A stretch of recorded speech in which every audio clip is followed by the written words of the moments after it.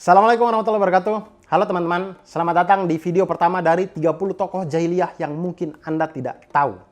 Nomor 15 tidak akan membuat Anda tercengang, apalagi terguncang. Jadi selama bulan puasa ini saya akan membuat 30 video yang setiap video itu berisi satu tokoh jahiliyah yang mungkin Anda tidak tahu. Kenapa tokoh jahiliyah? Karena ini adalah hal yang paling aman untuk dibahas. Dengan pengetahuan saya yang pas-pasan seperti ini ya. Rujukan utama saya dalam membuat video ini adalah buku Sirah Nabawiyah yang menulis adalah Syekh Safiur Rahman Al-Mubarakfuri.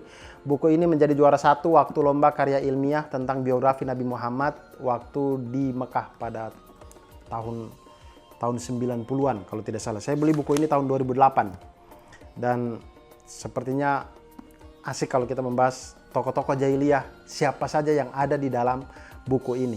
Jadi buku ini bercerita tentang masa di mana sebelum Rasulullah SAW lahir sampai pada Rasulullah SAW wafat.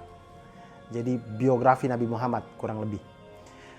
Dan langsung saja kita ke tokoh yang pertama. Amr bin Luhai. Tokoh pertama kita. Jadi setelah wafatnya Nabi Ismail alaihissalam di Mekah dan sebelum Nabi Muhammad SAW diutus menjadi Nabi dan Rasul, di Mekah itu tidak ada Nabi sama sekali. Tidak ada. Karena Nabi Ishak, Nabi Yakub, Nabi Ilyas, Nabi Ilyasa, Nabi Zakaria, Nabi Isa itu semuanya ada di Syam. Kemudian Nabi Yusuf, Nabi Musa, Nabi Harun itu di Mesir. Nabi Shu'aib di kaum Madian. Nabi Zulkifli di Damaskus. Nabi Daud di tempatnya Raja Goliat. Jadi di Mekah itu tidak ada Nabi. Nah pada saat itu di masa di Mekah tidak ada Nabi ini. Itu masyarakat di Mekah atau di Mekah dan sekitarnya itu rata-rata masih memegang ajarannya Nabi Ismail alaihissalam. Yang mana itu juga ajarannya Nabi Ibrahim alaihissalam. Jadi itu adalah ajaran agama tauhid atau ajaran mengesahkan Allah, tidak menyekutukannya, kemudian menyembahnya kepada Allah pokoknya. Kemudian ya ceritanya waktu berlalu lah ya, berpuluh-puluh abad dari Nabi Ismail wafat itu berpuluh-puluh abad. Walaupun sudah lama seperti itu ajarannya, walaupun sudah mulai agak-agak dilupakan oleh masyarakat Arab turun-temurun yang ada di Mekah ini, tapi sebenarnya syiar-syiar agama tauhid ini masih ada gitu. Orang masih berhaji, masih umroh, kemudian masih berkurban dan segala macam. Masih ada syiar-syiarnya. Sampai kemudian muncullah sosok yang bernama Amr bin Luhai. Dia ini adalah pemimpin dari Bani Khuza'ah. Suku Khuza'ah ini adalah suku yang datang ke Mekah. Mereka ini bukan keturunan dari Nabi Ismail alaihissalam. Jadi mereka datang ke Mekah, kemudian mereka memerangi suku Jurhum dari Bani Adnan. Suku Jurhum dari Bani Adnan ini adalah keturunan dari Nabi Ismail alaihissalam. Mereka memerangi itu, kemudian mereka menang. Kemudian mereka mengusir suku Jurhum dari Bani Adnan keluar dari Mekah. Dan akhirnya mereka menguasai Mekah itu selama 300 tahun. Sama seperti Belanda menguasai Indonesia pada waktu dulu itu. Jadi mereka menguasai selama itu. Nah, Amr bin Luhai ini adalah pemimpin dari Bani Khuza'ah. Dan dia ini hidup berbeda dengan masa Rasulullah SAW ya. Jadi dia hidup jauh sebelum Rasulullah SAW lahir dan ada di Mekah.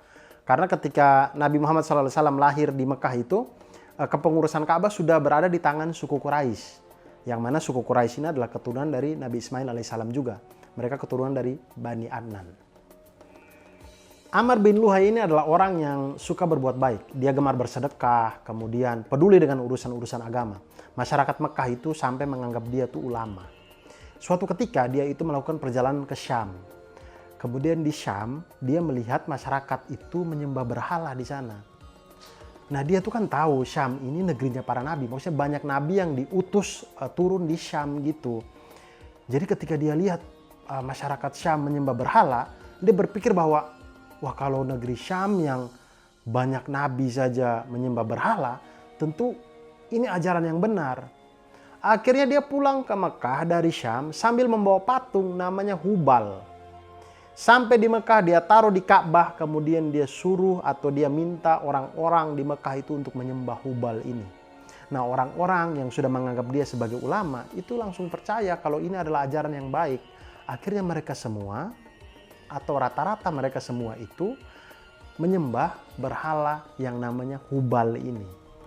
Ini sama seperti kalau kita main-main ke Brasil gitu, kemudian kita lihat anak-anak kecil di sana main bola di aspal. Kemudian kita berpikir, waduh, kalau Brasil yang ada Ronaldo, Ronaldinho, Rivaldo, Romario saja, anak kecil main bola di aspal, pasti ini hal yang benar. Akhirnya kita pulang ke Indonesia, bawa aspal Brasil. Sampai di sini semua lapangan kita aspal. Kalau perlu bolanya kita ganti jadi biji nikel. Nah, ini kan namanya sesat, jahiliyah dalam sepak bola. Nah, kurang lebih seperti itulah kondisi pada waktu itu. Efek lebih jauhnya adalah di masyarakat kawasan Hijaz.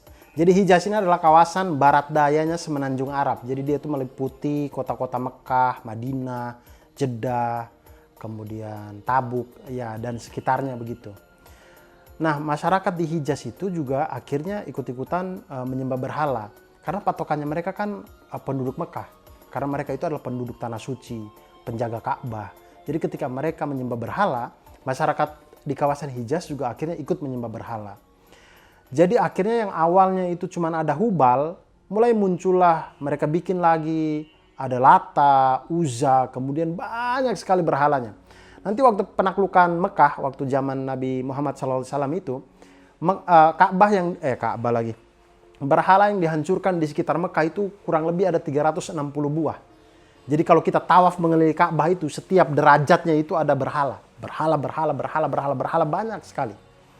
Dan karena berhalanya itu banyak sekali, pada setiap musim haji itu, Amr bin Luhai dan kawan-kawan ini itu bagi-bagi berhala atau kasih-kasih berhala ke jemaah haji. Jadi jemaah haji ini kan banyak dari pelosok-pelosok Arab kan, dari luar Mekah. Itu ketika pulang itu bawa berhala. Jadi dulu itu, kalau sekarang orang jamaah haji pulang itu bawa air zam-zam kurma. Dulu orang pergi haji, pulang-pulang itu bawa berhala. Bapak saya ini pergi haji Islam kok pulang-pulang kafir ya. Bawa berhala pulang. Banyak tradisi dan upacara penyembahan berhala yang dibuat oleh Amr bin Luhai ini. Banyak sekali. Bahkan dalam Sahih Bukhari, Amr bin Luhai ini disebutkan sebagai orang pertama yang melakukan penyembahan onta kepada berhala. Dia ini yang pertama. Dan mereka juga mengkeramatkan hewan-hewan khusus. Ada namanya Al-Bahirah, As-Sa'ibah, Al-Wasila, Al-Hami, dan lain sebagainya. Ini mereka ini ada yang onta, ada yang domba. Contoh misalkan Al-Wasila. Al-Wasila ini adalah domba betina yang mempunyai 5 anak kembar yang semuanya itu betina. Ini dikeramatkan sama mereka, digunakan untuk mendekatkan diri kepada Allah, disucikan. Lihatlah betapa jahiliyahnya mereka ya. Domba yang mempunyai 5 anak kembar. 5 anak kembar. Mungkin di zaman itu ada anak domba yang mukanya belalang. Inilah sedikit cerita tentang Amr bin Luhai. Semoga bermanfaat. Sampai jumpa di video-video berikutnya. Wassalamualaikum warahmatullahi wabarakatuh.